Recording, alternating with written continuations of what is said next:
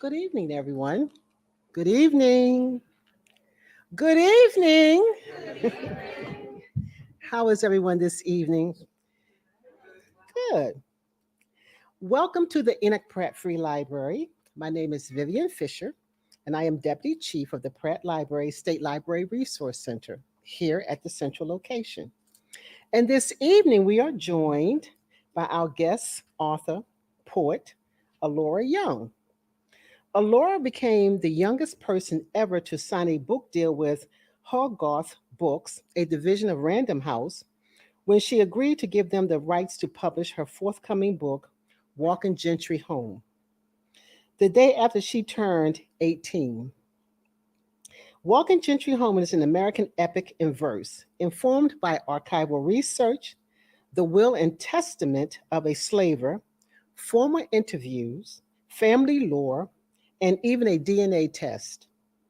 It tells the story of Alora's ancestors brought to life by her imagination. She is a college student, actor, poet, and of course, the author of Walking Gentry Home, a memoir of my foremothers in verse. She was named the 2020 through 2021 Youth Poet Laureate of the Southern United States and has performed her poetry on CNN, CBS, and the TEDx stage. Young talks with passion and proudness about how the history and impact of spoken word poetry, generational trauma, and navigating Black girlhood and womanhood in America. She has been recognized as a U.S. Presidential Scholar, a Davidson Fellow, a Scholastic Gold Medalist, a Young Arts winner in spoken word, and was awarded a Princeton Prize in Race Relations, a Spring Robinson Literary Prize, the Young Arts Lynn Arison Excellence in Writing Award, and the International Human Rights Day Rising Advocate. But before we join our conversation with Alora, I would like to announce that there is a free poetry contest for Maryland residents age 18 and older, sponsored by the Enoch Pratt Free Library and Little Patuxent Review. And the deadline for this event is March 1st, 2023. And the winning poem will be published in Little Patuxent Review and celebrated at a public reading. So for complete guidelines, see our Pratt webpage, prattlibrary.org/poetry-contest. And now, without further delay, please join me in welcoming Alora Young to Baltimore and the Pratt Library.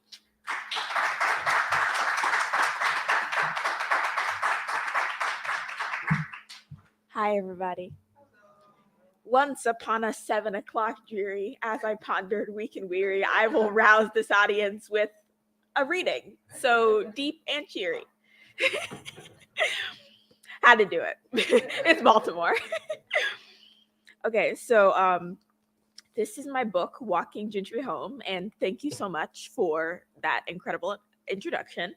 And I'm going to read a little bit from, I'm going to start in the beginning. I'm going to read you the opening poem, and then I'm going to bounce around a little bit, and just to give you like the general affect of the spirit of the book.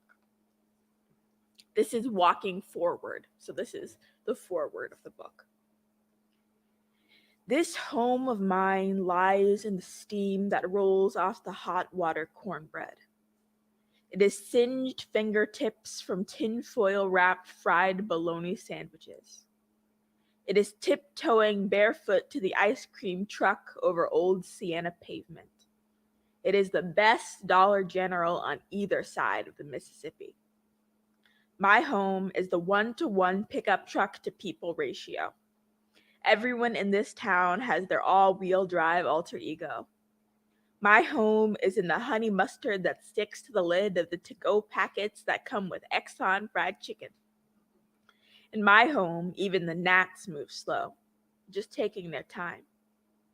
You can see the heat if you look hard enough. It leaves you sweating like a sinner in the Lord's house. My home has a patina like a skillet of cast iron, 1,000 times seasoned, 1,000,000 times fired. My home is a tiny town in West Tennessee that for centuries you can barely find on a map. I carry it with me always.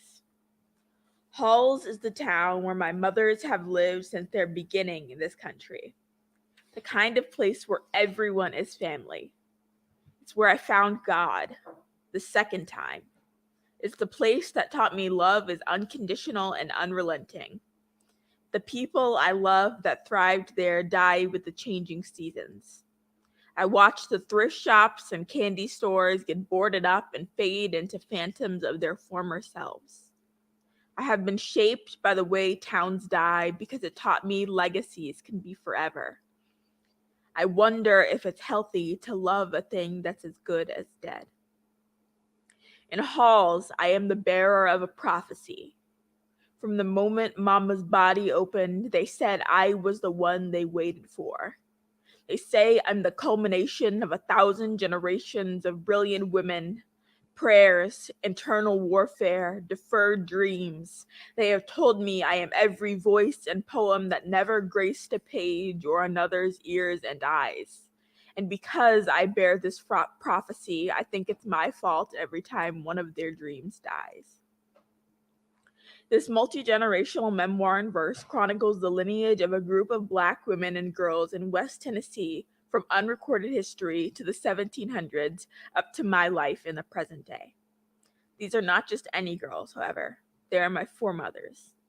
In the beginning, we have a series of poems about my ancestors whose names we no longer know, before arriving at my several great-grandmother Collie, the child of an enslaved woman and her enslaver in the days when Tennessee was still primarily wilderness. We follow a teenage Gentry, my great-grandmother, as she moves out of her mother's home to marry at 14, my grandmother when she had my mother at 17, my mother, the beauty queen, and finally we come to the present day, with me, attempting to recover the legacy of the then teenage girls whose lives of hard work and limited opportunity led to the now teenage me writing their long forgotten history. The only way to tell this story is through poetry, because Black girlhood is eternally laced with rhythm. From the Negro hymns Amy Coleman whispered as she bore her enslaver's child, to the rhythm of the gospel my mother sang at 15 when she was hailed a child prodigy. Walking Gentry Home is a story about girlhood and how the world scoffs at the way Black women come of age. It is an American story that persists, and we persist in ignoring it. The innocence and adolescence of Black girls are stories that are desperately needed because Black girls begin being called women far before they know what women really are. This is for them and for me.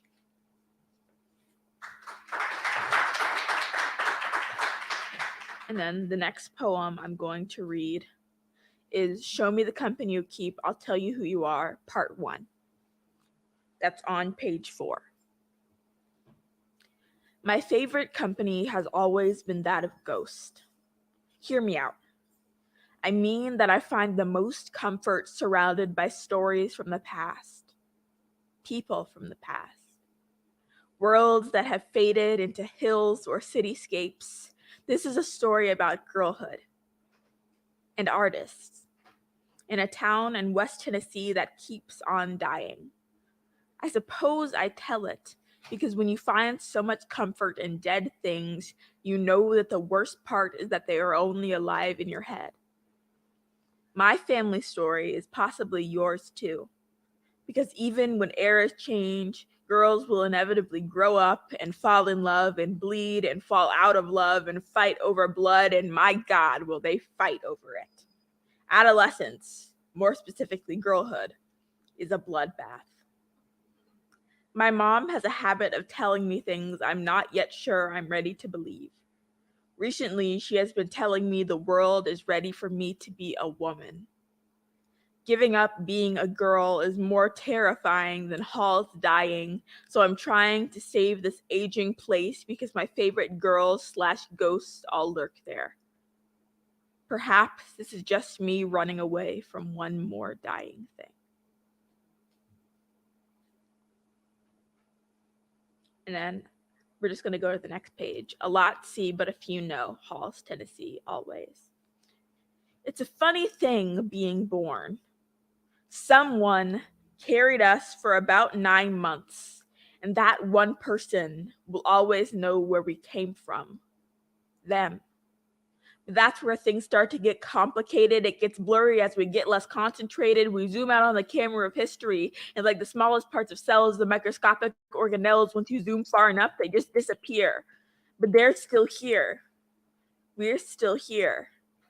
My story goes back centuries, but I see so few generations. My culture is calamity and far away nations. My blood bleeds into endless cotton fields of empty stalks on family trees. My ancestry was lost in chains and boats across the seas. Am I aristocracy? Do I belong to a great nation? What if my black girl magic is just cultural appropriation? My genes are on a selfish streak and decided to abstain from sharing what runs in my veins with my desperate brain. I'll never know if my identity is more than just a guise. All I have to go off is a fro and slanted eyes. My recipe remains a mystery. And as I grow and die, I crave any bit of history that takes the question out of I. I want the glittery grains of broken past that cut me deep like broken glass to hold tightly in my hand. But the powerful don't care, for it's their world that we must understand. We're all dying and degrading every second till we're dead, from the moment we're born to exist in our head like history, melting into the ground that we tread. The only stories that survive are the ones we all read, but the only ones I want to hear are the ones we've left unsaid. 1765, the start of a revolution. Phyllis Wheatley slung syllables and said her slaver's absolution, but she fades to the grind of time, to the Bible of brilliant black women with its withering spine. We regret to remember an astonishing mind, because her symphonic synapses sulked beyond sepia skin. Who am I but a fiber in the hive mind of history, praying for a fighting chance to outwit the sophistry that the victors imbued every textbook with? I wish to untwist the thread, every fact from myth, but no matter how hard I try, my textbooks lack melanin. If not a slave, then a felon, and I can't find my future if I don't know my past. I am a black woman, as the standardized test said, but who knows if my genes bleed black, white, or red? I talk about melanin, but I haven't much to spare. The only strand that ties me to my people lies in the coils of my hair. How do I identify when my blood is an enigma? My pigment is more akin to unbleached paper. I cried the day my white best friend came home from vacation, and she was darker than me. That year I swore every Halloween to go as a strong black woman from history. And I did. From CJ to Colvin, through my mismatched shades, I was truly emboldened and unafraid, because we all remember Rosa, but we forget Claudette, and I wanted to make a change. In the corner of my mind, I felt if others remembered, God would tell me who I was in exchange. I know more about the world than what's beneath my own skin. It's easier to look out than comprehend what's within.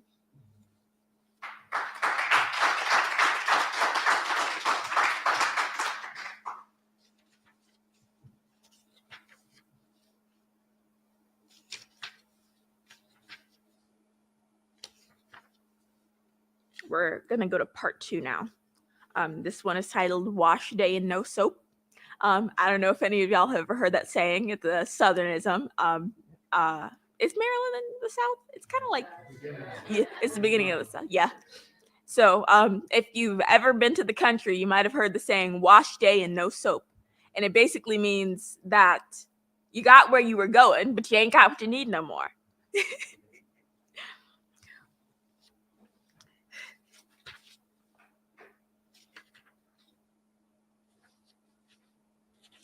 And we're going to read on page 32, Nanny Pearl.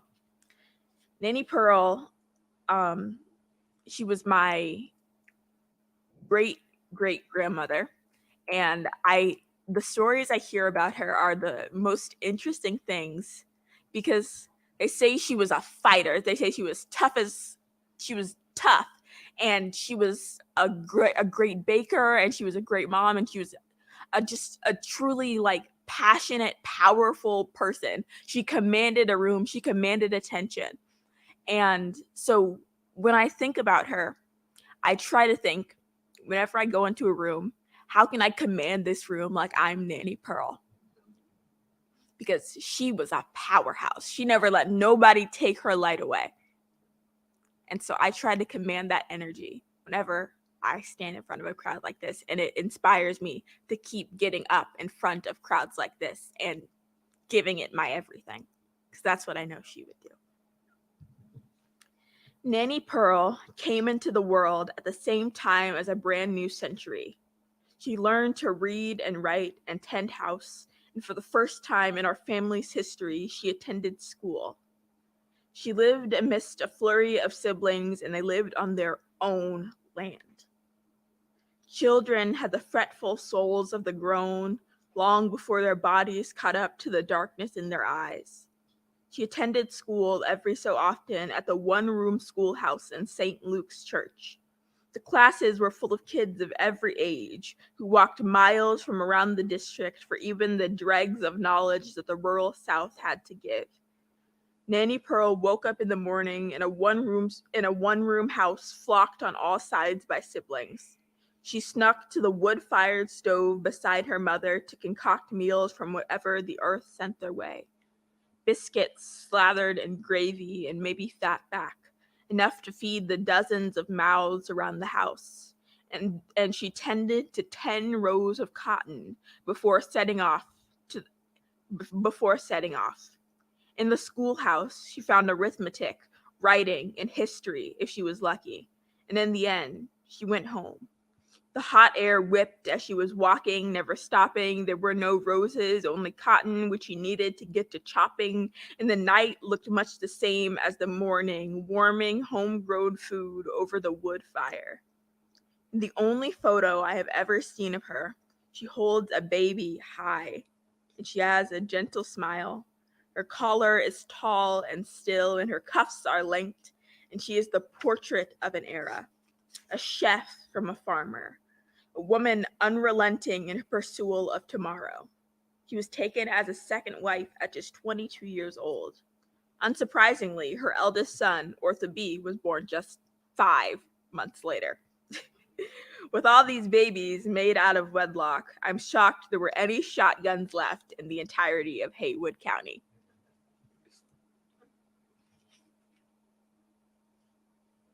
Now I'm going to read the titular poem, Walk Gentry Home. It's on page 51. Walter's eyes were brown, the same brown as the hickory trees that flanked the entry to the church where she was baptized. And through those eyes he saw her. It said that she was always the first skirt tail at the church door on Sunday morning. Gentry. She was about 14 at the time, but in those days 14 was quite nearly a woman. By the time the clock tower went around 2 or 3 more times, Haywood County had reinvented Romeo and Juliet. Young love is a fickle and fleeting beast. They tried to make a house cat from a coon hound that only ever leads to pain. The way doors slammed through the house that day, you'd think it was a bickering old married couple. You'd be half right. She sat on the porch and braided the raggedy hem of her apron that had been bleached into a dull gray from the layers of flour and wear. The tears were not so much sorrow as exasperation. And she tiptoed down a frail stair and started on the long walk home. Home. Real home. Not the palace of make-believe she'd made real with wedding vows she had no way of truly comprehending. She walked home, alone. Past the ocean of cotton on each side of the road, outside of town, she found the little wooden house with too many mouths and a lit lamp on the porch, and she, for a moment, was happy. "Mama," she said as she pushed past the mesh screen door. "What you doing here, gent?" Nanny Pearl chided, as she loomed over a pot of chitlins stewed by a coal-burning stove. "Mama, Walter ain't shit." "Oh." And for an hour or so, it was like it had always been. Ortha B and Gentry played jacks, and Mama brought snacks. There were no babies or screaming or passion, just the place she came from. "Mama, I want to come home." "Well, baby, then you should go. It's getting dark." "No." "Ortho?" Nanny Pearl turned to the man sitting on the bench at the too large table, her brother. "Walk Gentry home." Gentry spent half a century walking home, treading the paths back and forth, but never knocking on her mother's door, just running away from a thought to a memory. Because girlhood is the trip from the home you were born into to the home you built. It's passing from one world into the other. It's being a daughter to being a mother. And she, like so many, was locked, or maybe lost, in the in-between. Wandering. I'm still wondering what being a woman is, what making a home may mean.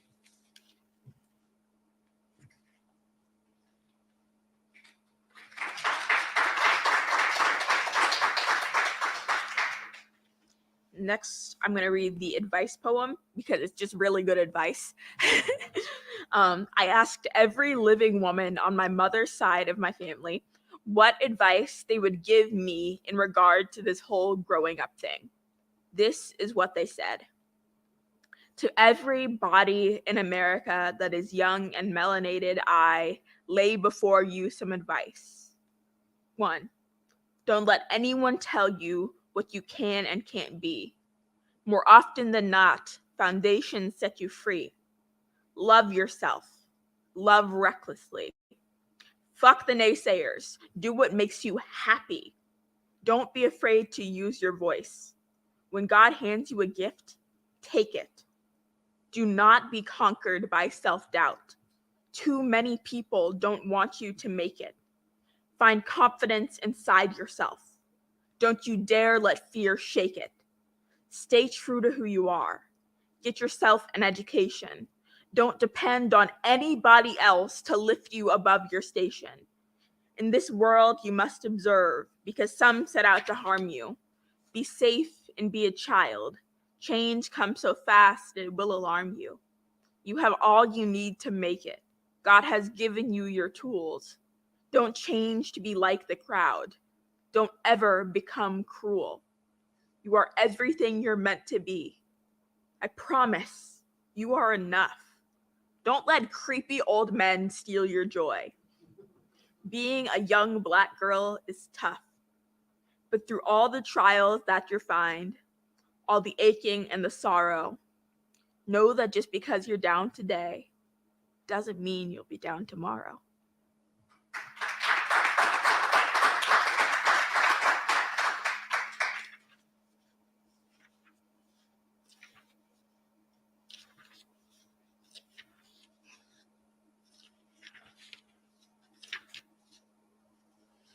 Next, we're going to page 86. Black sheep. Grandma Yvonne was a light-skinned black sheep.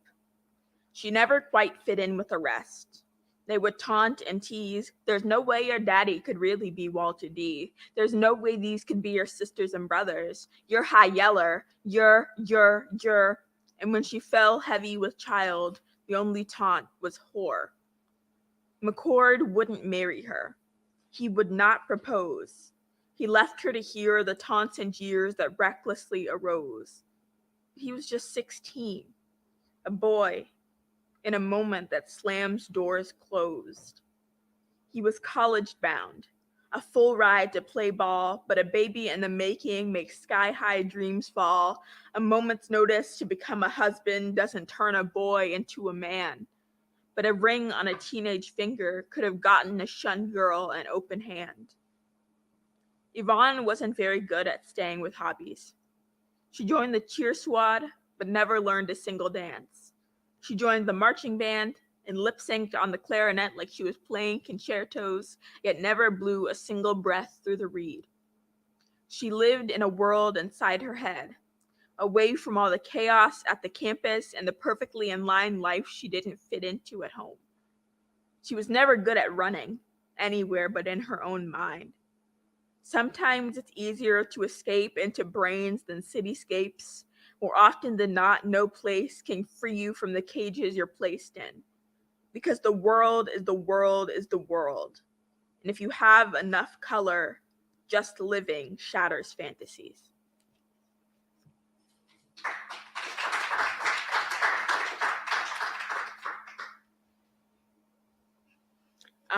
Now we're in part 5. Show me the company you keep, I'll tell you who you are. Best advice I've ever received. Good girls, page 99. There are certain people in our family who worked hard to be good girls. Good girls are the anxious kind, the kind that works so hard to be perfect in the hopes that they will ever be enough. My grandmother was a fair weather parent. She was fleeting like seasons, never an empty tank in her car. In the early morning, she would drive to her mother's house and send Monette and Little John off to ring the doorbell. When the porch lights flipped on, she would speed off down the street to whatever adventure it was she was chasing that day. Aunt Jewel would do the same. Then Casey, now Lacey. It's a legacy of pain. My family has spent centuries in search of girlhood, even when it came only in the form of running from being a woman.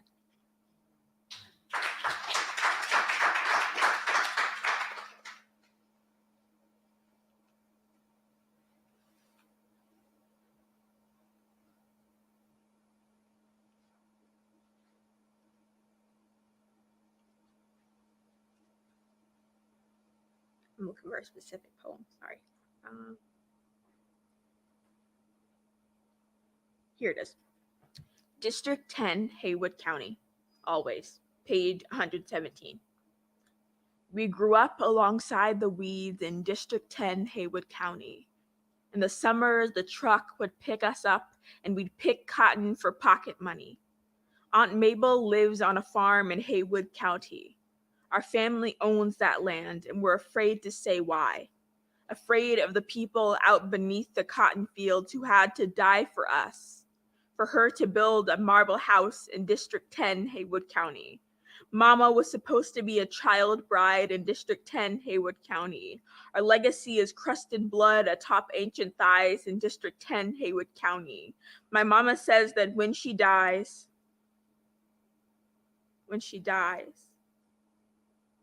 keep her far away.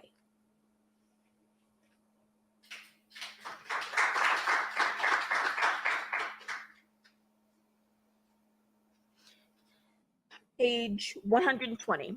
The most judgmental women are those who hate themselves. Women were always trying to fight Monette. And one thing that teaches you is never forget just how strong a tongue is. Rumors burn up like newspaper insulation in old schoolhouses. A light in the dark sparks a whole house in flames. Gentry taught Monette that gossip does the same. In 9th grade, all Monette wanted was to be like Christy. She was the town beauty. A dimple on her cheek, knew her way around a song. The whole of Halls knew Christy Ash had it going on. She moved to Halls when her mama died and would go to Monette's house and hang around daily. Yvonne and Christy's aunt were dear friends.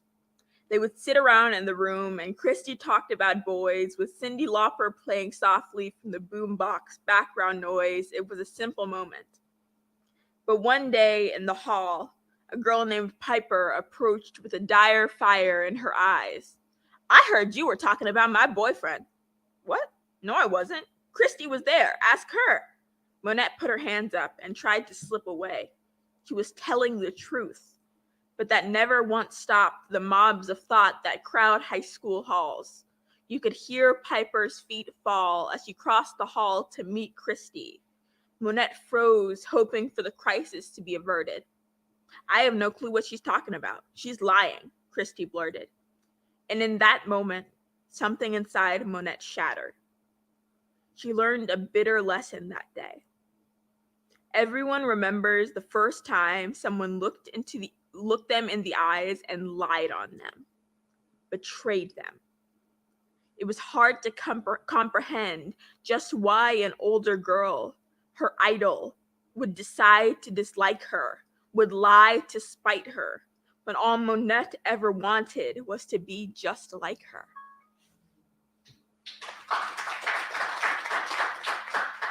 Okay. 7:30? I think I have time for like 3? 4? 4? Okay. Okay. Oh, now this is a difficult decision.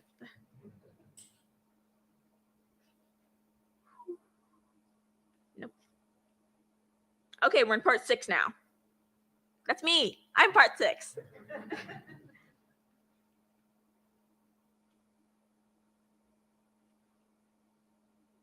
Yes. Page 149, dark skin, light skin, 2008, Davidson County, Tennessee. My sister is fruitful soil, like my mother is fruitful soil, like I am clay, like her mother was. Like if you set me on fire, I will harden, like a statue, always trapped in the in-between.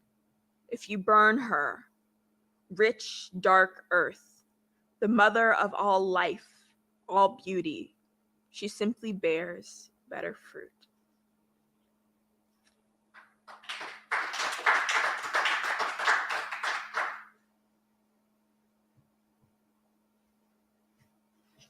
Okay, page 155, wage slavery.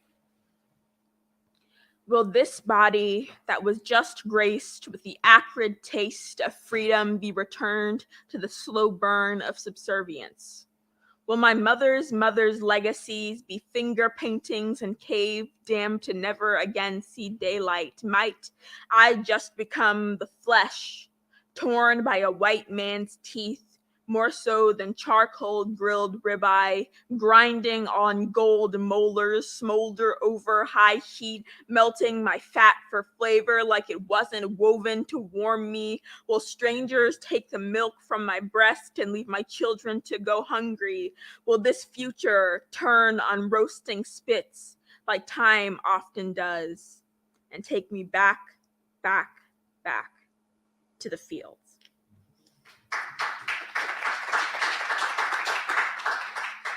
When I stopped calling mom, mommy. Mommy became mama the first time I got catcalled.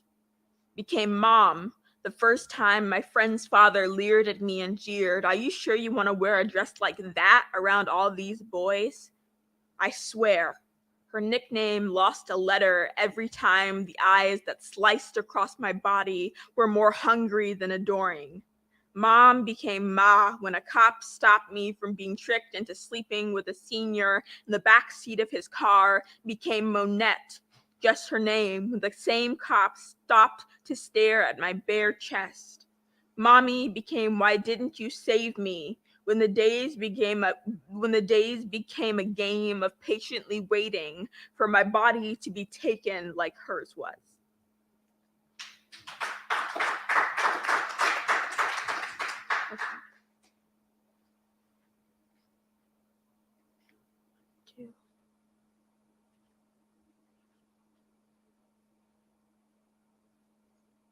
Okay.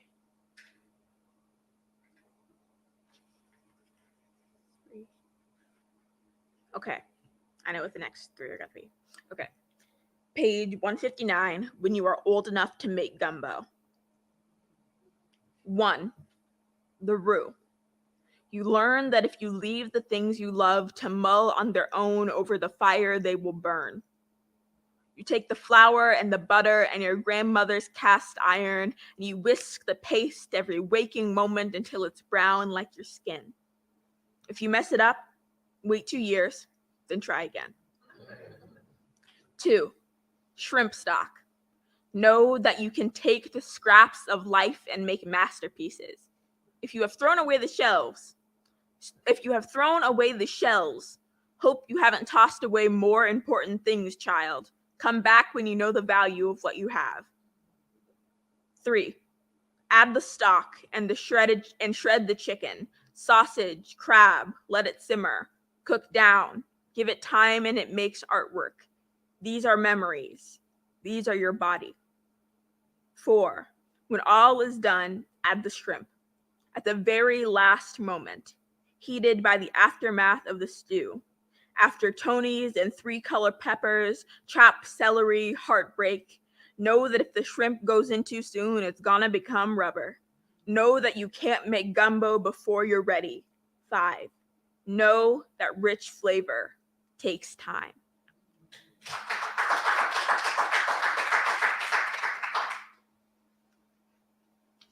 White, Tennessee, present day, 162. White stands for purity. A child, a cloud, a soul, pale sin and insecurity. All the colors, they say white is whole. Brought into dreams or nightmares, coddled by white noise. I know just who I'll find there. Mama said to stop it with white boys. She said they don't want girls like you. Your spice makes them scared. She said everything about their world spites you. Your struggle is never shared. They only crave curves cased in alabaster skin. They make you feel ugly. I don't want you to feel that pain again. But damn, you always chasing after them white boys. And I don't know what to do. I can tell you you're pretty, but they bruise your soul black and blue. They tell you you're strange because they're afraid of the truth. They're afraid of themselves, the conformity of youth. It's a powerful poison. They learn black is uncouth. I don't know how to show you you're beautiful. Your type is boys who can't love you back. She says, I don't know how to tell you you're beautiful because you see beauty in boys who can't love your black.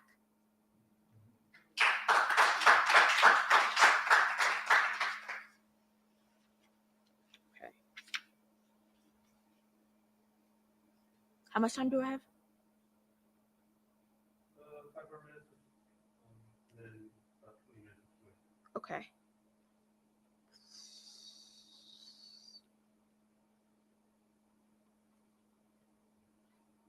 Okay.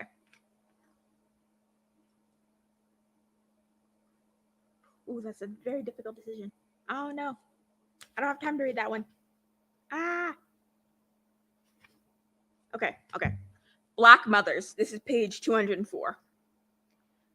Black women have black babies who become black women who have black babies, and they are all dying. I spend most of my time trying to reconcile with the fact that I am no longer a black baby. I am well on my way to being a black mother. My great-grandma was one twice over by the time she was my age. I am afraid to watch my children suffer. How am I supposed to tell my sons that they are wanted men when they are infants? These false pharaohs want me to drown them. I think they will be very likely dead by the time they get to high school.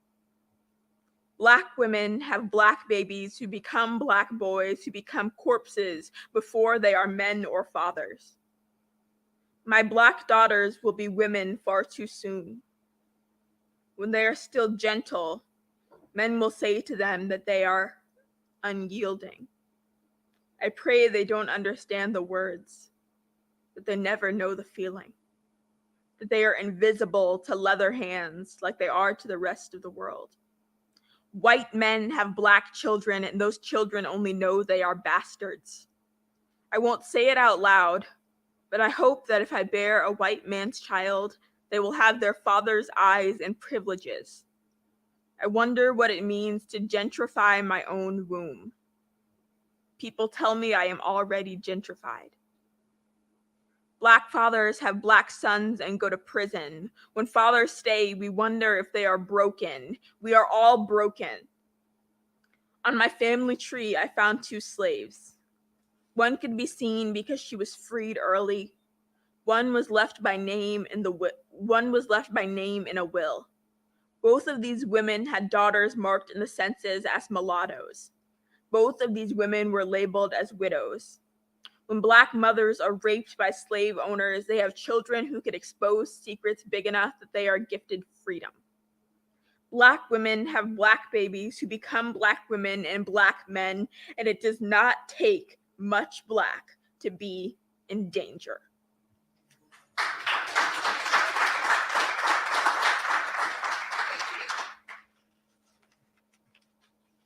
And this is the very last poem in the book before the acknowledgments. The acknowledgments is also a poem.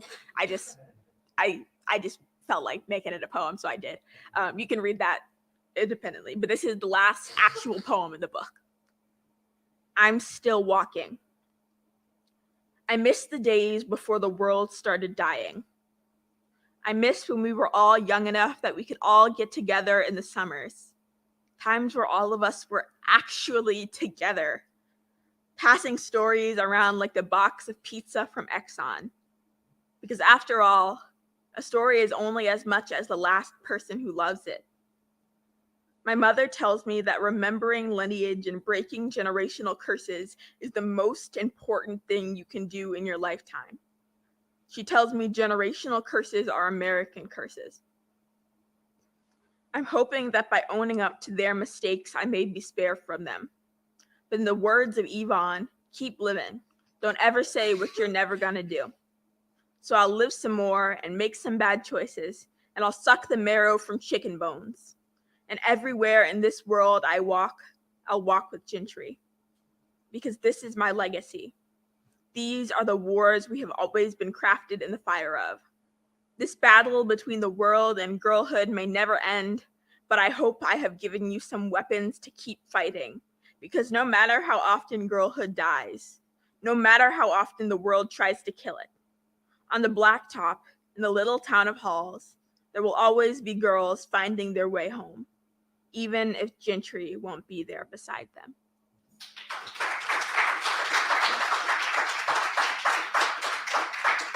So we have about 15 minutes for Q&A, and then we're going to have a book signing.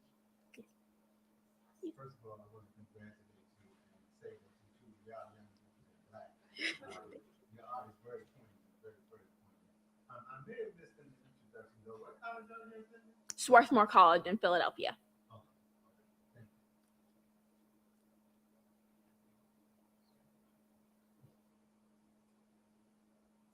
Don't be shy.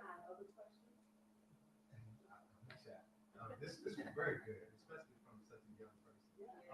In terms of like your inspiration, was it totally from like just learning about your history and things from your mom and your great grandma? I sort of have always had a hunger to truly understand the people who came before me. I've always been a bit of a history buff. I've always been really passionate about breaking generational curses. And so when my mom told me the story, this was right after my grandmother had passed away in 2016. My mom told me the story of when Nanny Pearl told Ortho B to walk Gentry home. And I just remember thinking how heartbreaking that was, that she thought she was finally home after making what she probably thought was the biggest mistake of her life, going off and getting married at 14. And she was like, I'm finally home. I'm finally safe, only to be told that her home wasn't hers anymore. And I guess I related to that feeling because I lived in Tennessee. I am from Nashville. My family's from West Tennessee. And when I was getting ready to go away for college, when I was a senior in high school, I didn't have a lot of friends. So I didn't really feel very at home in my town. And so it raised a lot of questions in me about what home means and what it means to be at home and what it means to find home. And I really resonated with Gentry's struggle in that story. And so I felt the need to discover all of the women who came before me and find out about them and how they found home in the hopes that it would give me the tools to find the home I was looking for.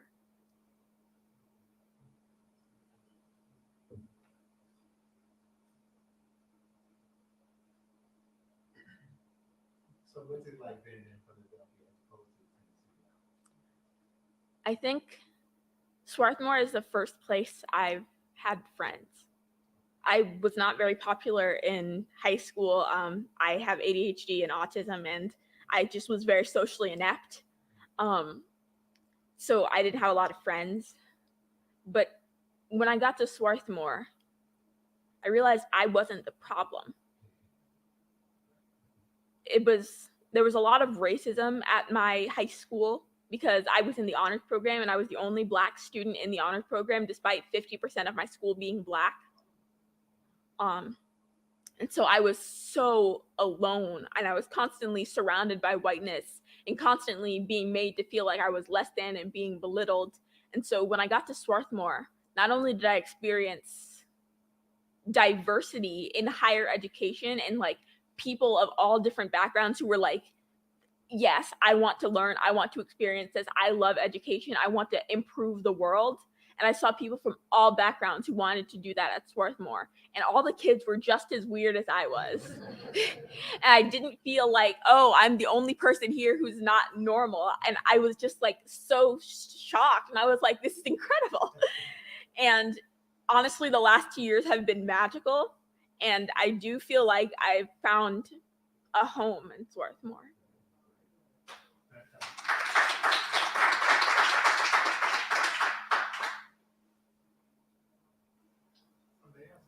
Yes. Laura, thank you for being here. Can you talk to me about your poetic voice and how it shifts through the eyes of your ancestors, what it felt like and how you channeled that? Yeah. And at the end, I think it's interesting because you get very excited because you said that was your part. What did that mean to get to then kind of branch out and you get to find your own voice? Yeah. So when I was writing these stories, so much of it was based on the stories that people remembered of my ancestors and how they remembered them being. Like, I had an aunt named Aunt Mabel who was a poet like me, and she was very shy. She never got married. She didn't have any kids. I think she was a lesbian. Uh, but she was a poet, and she was like a published poet. And so I like remember hearing all these stories about Aunt Mabel and like how she was like this great writer and how she was very weird and quirky and different like me.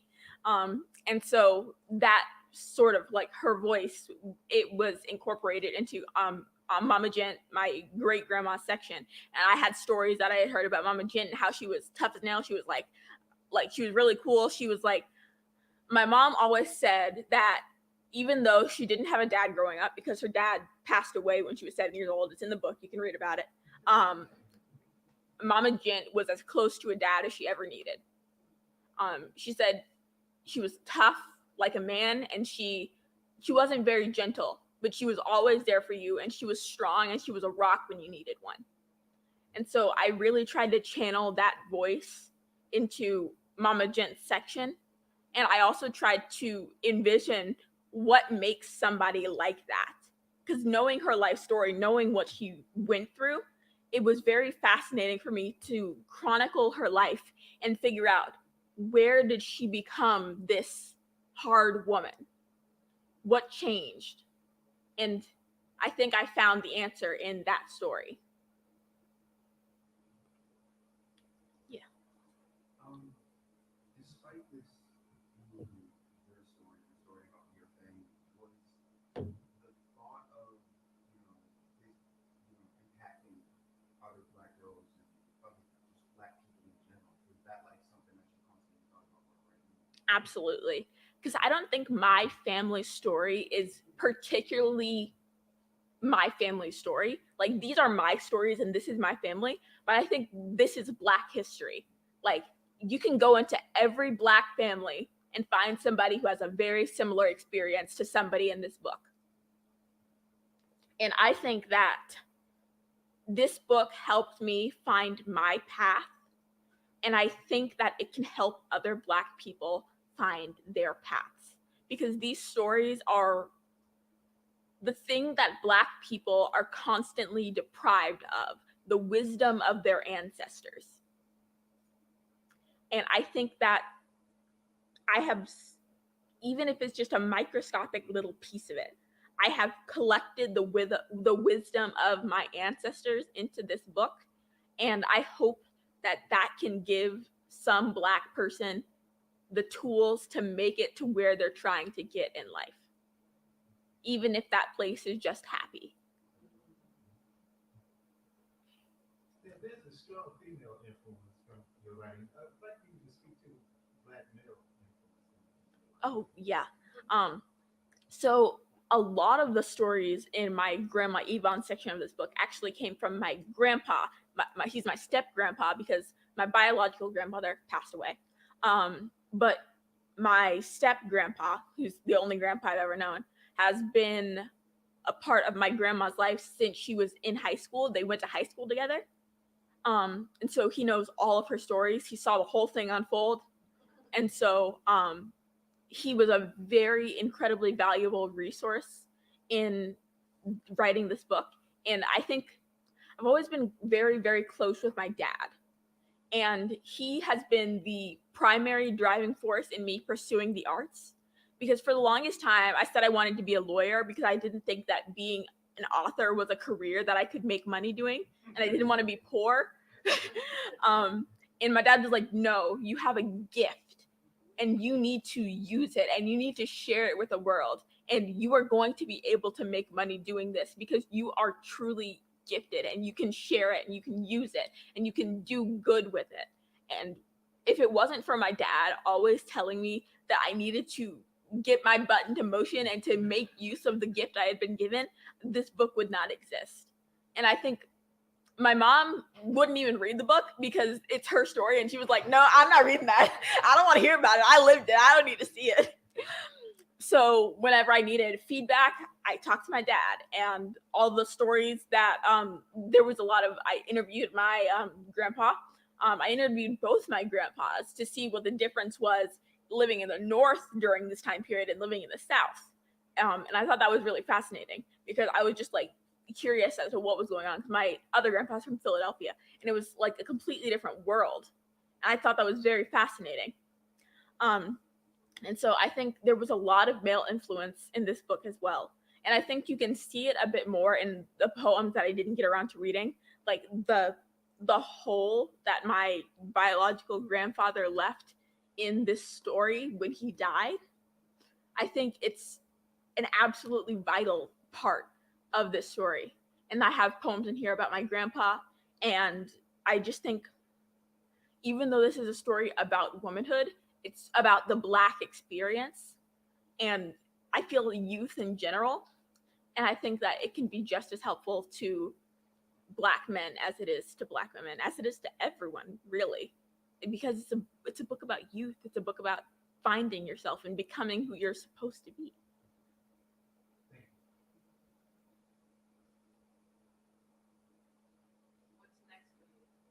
I have written 7 books. I'm working on, I write a lot. I write like 3 or 4 books a year. So since I wrote this book, I wrote 7 books. And I had a couple that I wrote before that. I wrote a science fiction novel. I'm working on that. Well, I finished it, but I'm working on getting it out into the world. It's very exciting. It's about a deaf character, actually. So you guys might find that interesting. It's about a group of teenagers who have a genetic disease that allows them to dimension hop.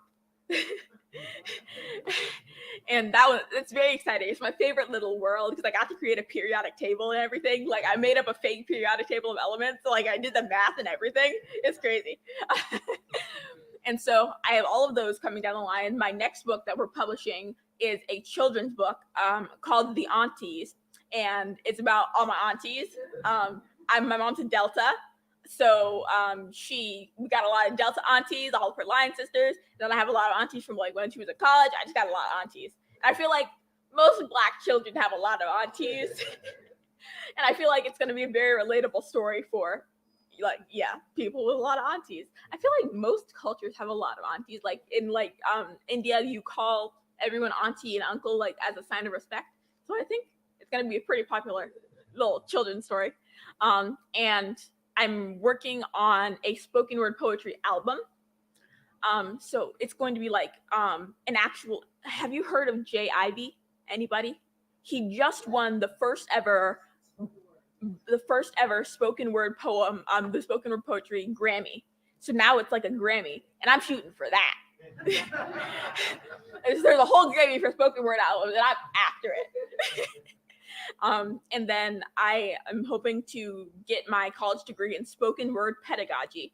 So it's not a field yet. I'm working on it. So basically the concept is the practical applications of spoken word poetry as a teaching tool for students with learning disabilities. And then when I further my research, I want to examine it as a tool for political argumentation in places like Congress. So those are the 2 branches that I want to do.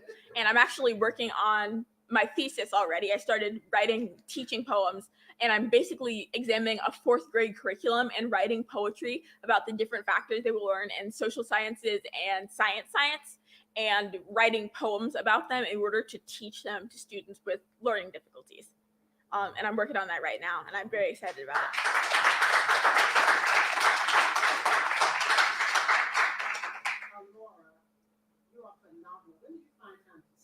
We are so excited to have you here. And yes, your father, I concur with your father's sentiments. You are such a powerful young person. I look forward to having you back here for some of these books, particularly the sci-fi, and the children's books too. Thank you so much. Let's give her a great round.